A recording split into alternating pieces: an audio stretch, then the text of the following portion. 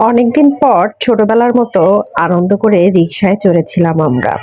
ঠিক ছোটবেলায় আমি আর আমার বোন এমন করেই বিভিন্ন জায়গায় ঘুরতাম রিকশায় করে। বেশিরভাগ সময়ই ওদের বাসায় যাওয়ার পরে আমরা দুজন বিকেলের দিকে বের হয়ে যেতাম ঘোরার জন্য।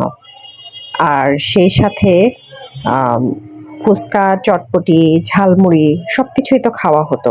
তো অনেক দিন পর আমি, আমার বোন, আমার ভাগ্নি সবাই মিলে একসাথে ঘুরতে বের হয়ে রিকশায় চড়ে ঠিক সেই ছোটবেলার দিনগুলোর কথা মনে পড়ে গেল। বারবারই বলছিলাম, যদি ঠিক সেই ছোটবেলার দিনগুলোতে ফিরে যেতে পারতাম, কত না মজা হতো, তাই না?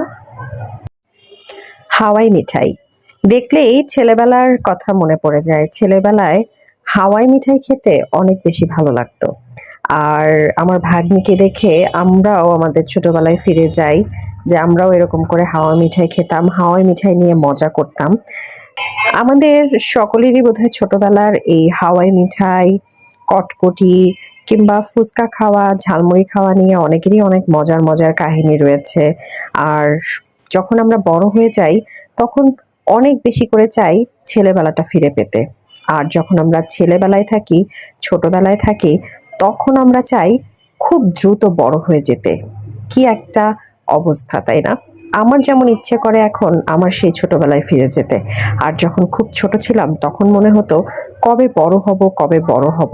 এটা ছিল একমাত্র ইচ্ছে।